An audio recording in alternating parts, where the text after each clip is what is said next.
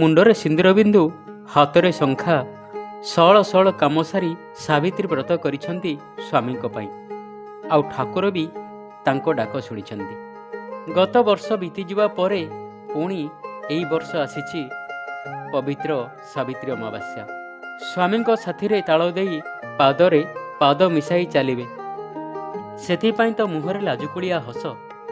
ଗତକାଲି ଅତି ଆଡ଼ମ୍ବର ସହକାରେ ସାବିତ୍ରୀ ଅମାବାସ୍ୟା ପାଳନ କରିଛନ୍ତି ଘରେ ଘରେ ପୁରେ ପୁରେ ନାରୀମାନେ। ବହୁ ଚେଷ୍ଟା କରି ବି ଅଟକାଇ ପାରୁନାହାନ୍ତି ବୋହି ଯାଉଥିବା କେଇ ଟୋପା ଲୁହ। ଏହି ଲୁହ କିନ୍ତୁ ଦୁଃଖର ନୁହେଁ, ଖୁସିର ଲୁହ। କାରଣ ଯମଙ୍କ ଠାରୁ ନିଜ ସ୍ୱାମୀଙ୍କୁ ଛଡ଼ାଇ ଆଣିଥିବା ସେହି ସାବିତ୍ରୀ ବ୍ରତ କରିଛନ୍ତି ସ୍ୱାମୀଙ୍କ ପାଇଁ।